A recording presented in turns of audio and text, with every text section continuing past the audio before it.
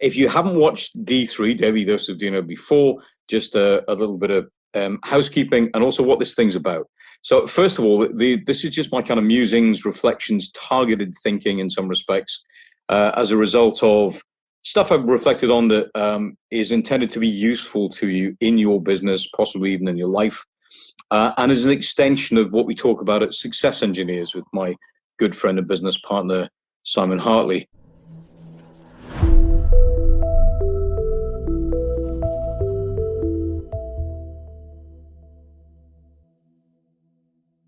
Just to kind of just really get your thinking kind of more effective, if you like, prod you just a little bit to think a little bit more deeply, maybe a little bit sideways or laterally about what you're doing, where the challenges are coming from in your business, and how you get to the next step. We're all about aspiration and about progression and about moving forward here. This is not about accumulating information for the sake of it. It's about picking things up that actually will move you forwards using the stuff. So there will be some ideas about how to do that. So this week I'm talking about Newton's 3 laws of motion. Why the hell would you talk about physics, basically, in relation to business? Well, if you didn't catch Monday's broadcast, it was specifically because we, in business, we have kind of various things from intransigence, if you like, and a tendency to stay stuck in our own businesses, but also with prospects and clients, all the way through to velocity and acceleration, moving them in a particular direction, getting them to where they want to be if we're in the business of transformation as coaches and consultants, for example, faster. So I kind of looked at that and went, well, there's an obvious correlation because we live in a physical universe. And the laws of physics therefore apply to everything, including human nature.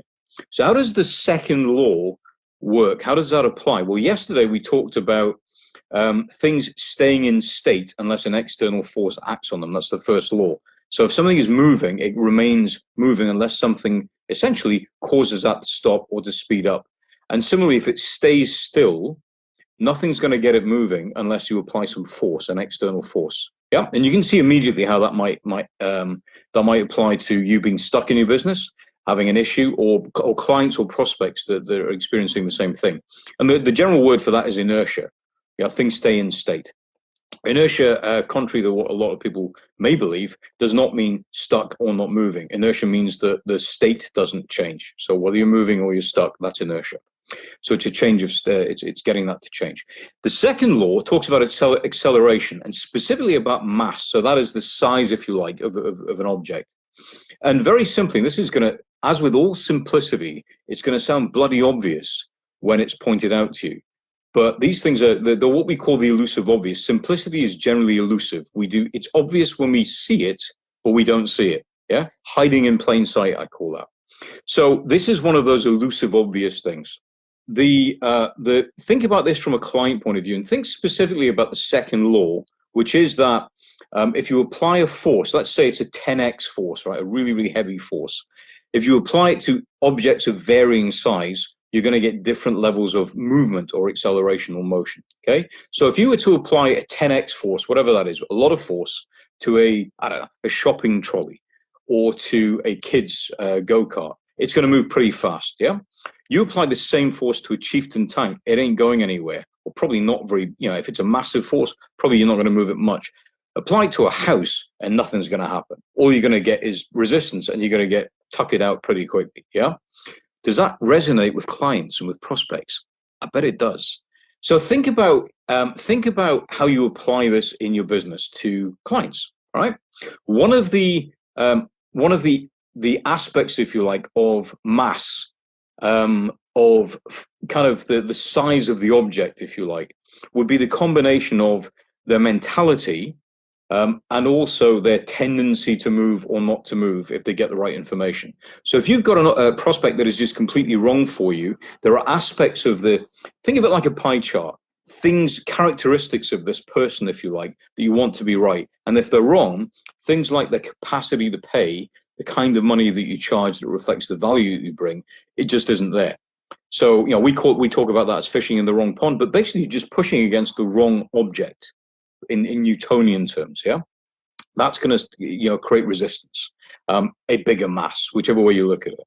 If you look at them from a point of view whether they're what we call their state of readiness, if that is low, yeah, so they're not ready to take action, they're not aware that they even have a problem, and they're not prepared necessarily to be educated by you, there's not a lot you can do to help them. So again, think about your clients in these three kind of buckets, if you like. At one side, and the way I do this is I just have it's a bigger mass, if you like. So I apply a lot of force to this individual in this bucket on this side of of my sort of three buckets, or three types of prospect, yeah, or potential client.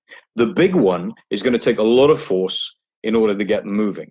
If I apply that same force to the second person, who is somebody who is a bit more receptive, a little bit further along in terms of their understanding and their state of readiness, has a bit more money available, but maybe it's a bit of a stretch working with me, they're going to move a bit, yeah? So a lot of effort's required, but for the same effort as this person where I'm just going to knacker myself, basically, try to do anything with them, this person's going to move. And then the ideal client, the person that you just is rewarding to work for. As you draw out the characteristics that create the mass of this person, the shape of this person, if you will, you start to see that they can afford you, that they've probably been burned a couple of times, so they now know what to look for in a good coach or somebody that's really capable of helping them. They're ready to do something because they've been trying for a while, but they've just picked the wrong coach, the wrong consultant, the wrong service provider. So they are somebody who has the characteristics, the makeup, if you like, physical makeup, where if you apply the same force, they're going to shift, and they're going to shift fast. Okay. Now, there's more to this, and the reality is, with the second law of motion, it's that when we talk about force, we talk about net force. So imagine, for example, you're pushing with 7x into whatever that means, the amount of force that you push, and there's 5x pushing back. The net force is 7 minus 5, which is 2. You're actually only pushing with 2 times the force. What that means is you're actually putting 7 times the effort into moving this person, but the size of them, the force that's pushing back, means that you're only going to have double the impact, 2 times the force impact, as if there was no resistance. It was a small object, and it would move as if you were only using twice the effort. So the more effort that you put into a large object, particularly if there's forces acting on it, and this is really the Newtonian thinking I want you to grasp, to think about. The bigger the object, the more things getting in the way, the more things anchoring them, the more things holding them back, the more effort is required, to the point where you just get completely exhausted, you waste your time, and all these other people you could be helping are crying out for your help and wondering where the hell you are, and all your effort's going in here. So the second law of motion is all about that.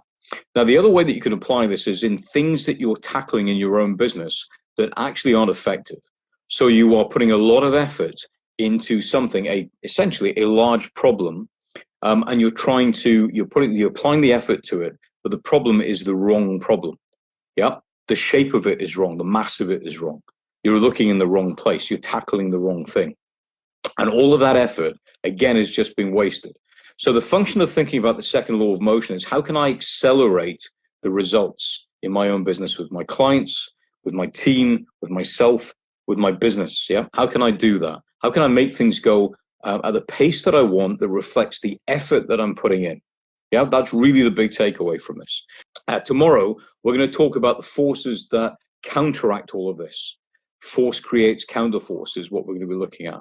For every action, there is an equal and opposite reaction. That is the third law of motion, and we're going to get heavily into that because of all of these, of all three laws.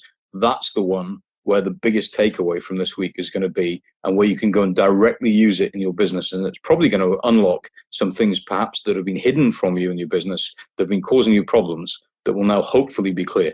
So hopefully that's been useful. As always with these things, it's a broadcast. It's not meant to be interactive during me yammering on.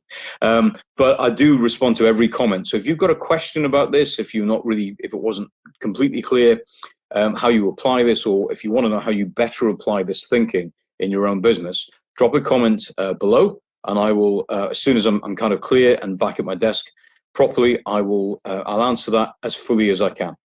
Until then, have an awesome day, and I'll see you around about 11 o'clock tomorrow. Take care.